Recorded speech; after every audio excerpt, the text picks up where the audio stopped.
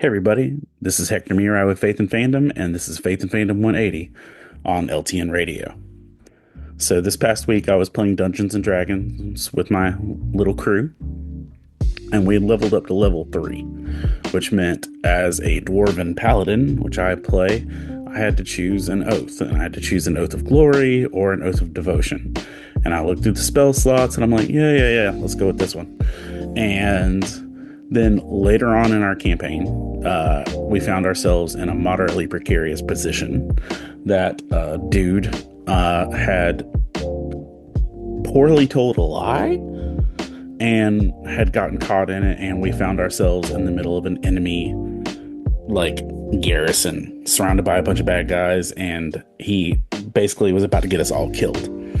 And he told a lie to get us in there, and he needed to be deceptive to get us out.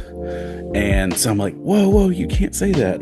Instead, you need to say this and this. And I start talking to the dude who's in need, and my DM looked at me from across the table, and he just said, Oath of Devotion. And he was reminding me that I, as a character, had signed on to not do anything that would break an oath of devotion and righteousness and actually living at a righteous standard. I was like, crap. And I'm like, never mind, just get us killed.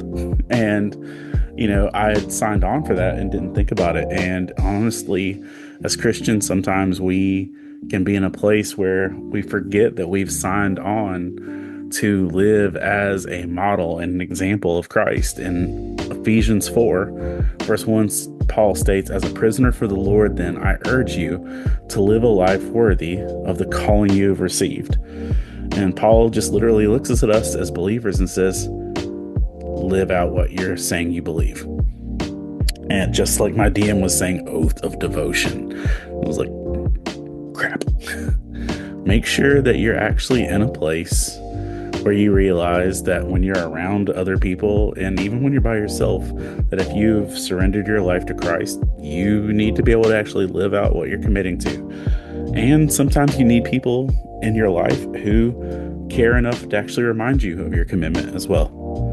But thanks for taking the time to hang out with me. If you want to find out any more about our geeky devotionals, Bible studies, geek church services at Comic-Cons or anything like that, head on over to faithandfandom.org, where we've got more than 180 geeky devotionals free to read. And thanks for spending the last 180 seconds with me. I hope you have a great night.